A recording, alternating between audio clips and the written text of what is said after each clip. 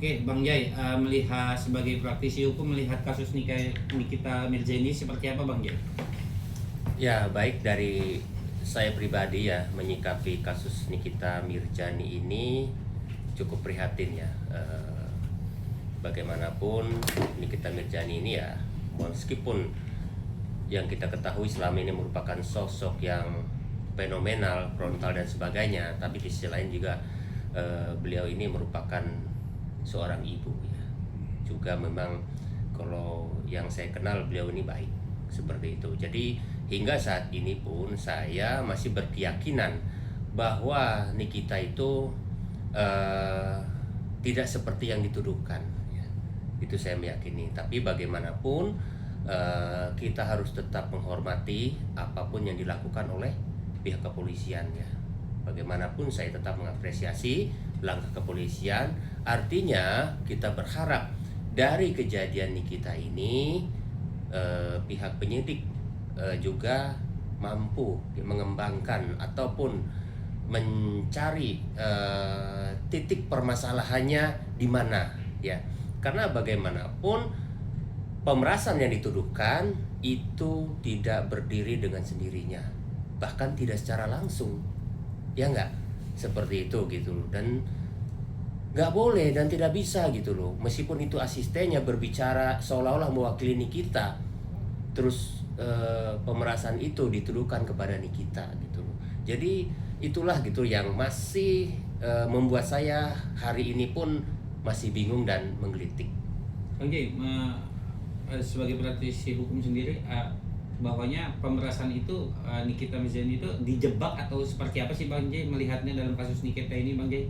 Nah, ini yang menarik, sempat saya bahas, saya bilang apabila dari keterangan yang saya perhatikan dari Nikita Mirzani, bahwa Nikita Mirzani itu mengenal pun tidak, komunikasi secara langsung pun tidak, bahkan pihak pelapor ini yang mencoba menghubungi Nikita Mirzani hingga pada akhirnya terhubunglah dengan asistennya ini ya, saudara Mail.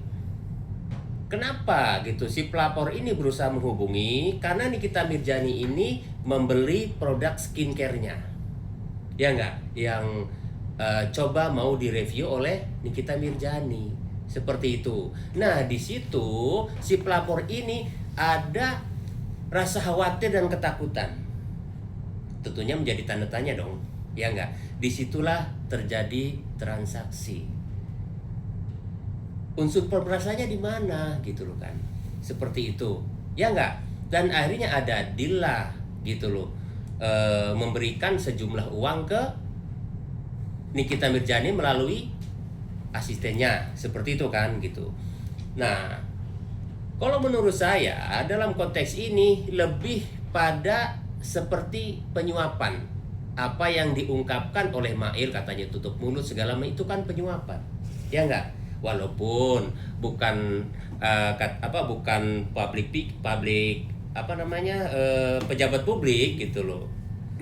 Tapi yang dimaksud dengan penyuapan ini lebih pada uang tutup mulut tadi. Artinya, kenapa ini harus menjadi perhatian bagi pihak kepolisian bahwa perlu diperdalam, perlu ditindaklanjuti. Artinya dalam skincare ini tanda tanya. Ada sesuatu yang mengkhawatirkan. Kenapa harus ditindaklanjuti? Karena ini demi kenyamanan, keamanan masyarakat banyak selaku pengguna skincare.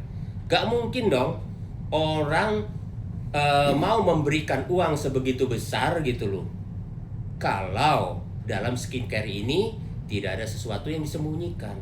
Ini penting, ya enggak? Ini penting terkait keamanan bagi konsumen yang menggunakan skincare tersebut. Dan kita harapkan juga BP POM turun tangan gitu loh, ya, menindaklanjuti, jangan dibiarkan. Ini penting ya.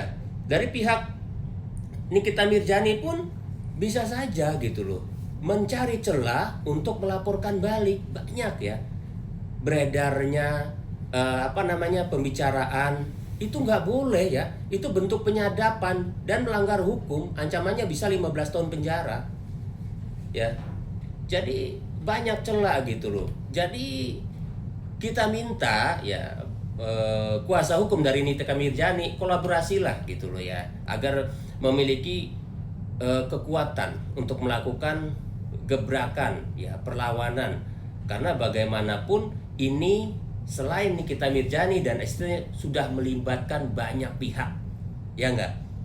Kalau hanya Vero Nikita Mirzani bolehlah, ya itu artinya pemerasan itu berdiri sendiri tanpa sebab. Ini kan ada sebab lain, rentetan cerita, rentetan hukumnya ada. Itu yang kita minta kepada tim penyidik agar memperdalam dan menindaklanjuti. Apalagi saat ini kasus ini sudah menjadi atensi publik.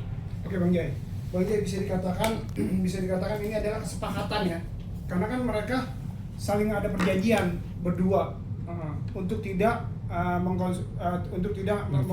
mengungkapkan apa isi dari skincare ini, iya nggak? Bisa dikatakan seperti itu? Oh jelas, ya unsur kesepakatan itu ada dong, ya nggak? Tolong dong skincare gua jangan sampai direview, artinya ada sesuatu di sana, khawatirnya nanti malah istilahnya mengganggu penjualan skincare itu. Di sisi lain, Nikita Mirzani ini semacam dijebak juga gitu loh. Dia sudah sepakat dengan memberikan kompensasi ataupun uang, itu kompensasi saya anggap itu loh, untuk tidak mereview ya. Namun di balik itu ujungnya dilaporkan. Ya perlu diperhatikan bahwa review ini sekarang sudah dijadikan semacam pekerjaan ya, yang belum diatur oleh undang-undang, ya enggak? Artinya review itu juga bermanfaat buat masyarakat banyak. Masyarakat banyak jadi tahu gitu loh, apakah bahaya atau tidak menggunakan skincare yang tidak sesuai, ya enggak? Jadi sebenarnya ya kalau menurut saya Nikita Mirzani ini dijebak. Dugaannya dijebak ya Bang? Ya, dugaannya dijebak. Artinya kita disebut bahwa ini adalah dugaannya dijebak ya Bang? Betul. Ada dugaan dijebak ya? Seperti itu. Ada lagi nggak? Bang, kalau misalkan ada praktisi hukum bahwa menyebut kasusnya Nikita Mirzani ini di pra-peradilan pun agak sulit dan sampai akhirnya pun agak sulit jika dia bebas Bang. Menurut Abang sendiri, pandangan hukum Abang secara praktisi hukum ketika banyak praktisi hukum menyebut bahwa kasus Nikita Mirzani ini berat untuk Nikita menjadi bebas Bang sampai nanti putusan Bang. Ya boleh saja, praktisi siapapun boleh menyimpulkan terkait penangguhan tahanan tidak bisa, terus jeratan hukumnya cukup tinggi dan sebagainya. Itu hak pribadi praktisi hukum ya, kita juga punya hak, dan itu hal yang lumrah, hal yang biasa gitu ya, perbedaan pendapat antara praktisi hukum satu dengan yang lainnya seperti itu. Tapi bagaimanapun saat ini masih tahap pertama, masih proses penyidikan di kepolisian ya, nanti ketentuan atau finalnya nanti di pengadilan. Artinya sampai saat ini Abang tetap membela Nikita Mirzani Bang ketika dengan dugaan yang dituduhkan pasal-pasal TPPU dan pemerasan tadi Bang. Saya tidak menolak, saya tidak menyangkal terkait pasal yang dituduhkan oleh penyidik, pemerasan, TPPU silahkan. Tapi yang perlu menjadi concern bagi pihak penyidik bahwa kasus ini, kejadian ini tidak murni berdiri sendiri. Ada sebab akibat. Yang kita minta adalah pihak penyidik, pihak kepolisian memperdalam ya sebab akibat tersebut, termasuk skincare ini gitu loh. Seperti itu gitu loh. Oke Bang Jai, gimana nih Bang melihat anak Nikita yang masih bawah umur meminta penangguhan penahanan? Apakah itu bisa dikabulkan atau seperti apa Bang? Ya, terkait penangguhan penahanan dikabulkan atau tidak itu memang ranahnya penyidik ya.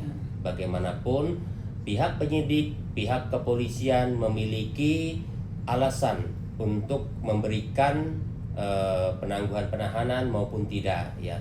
Tapi di balik itu apa yang dilakukan oleh anak Nikita Mirzani ya, itu merupakan hal yang bagus, dan saya pikir sebaiknya itu menjadi pertimbangan ya bagi pihak penyidik, karena bagaimanapun Nikita Mirzani itu merupakan single factor ya istilahnya, kan dia juga memiliki anak yang masih kecil yang perlu perawatan gitu, dan saya yakin Nikita Mirzani juga tidak akan melakukan hal-hal istilah seperti melarikan diri atau apapun itu.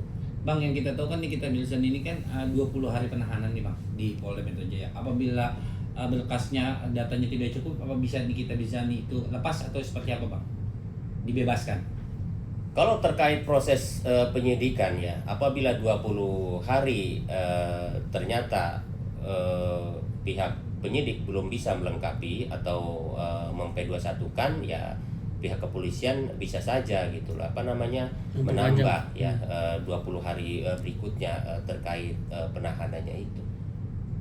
Oke. Apabila Abang sebagai praktisi hukum, apabila diminta dari pihak keluarga Nikita Mirzani atau enggak kuasa hukum, Abang siap nggak untuk membantu Nikita Mirzani dalam hukum ini Bang? Saya dalam beberapa wawancara sudah saya tegaskan ya, jangankan membela Nikita Mirzani, saya siap menjaminkan diri saya untuk penangguhan penahanan Nikita Mirzani. Siap. Siap.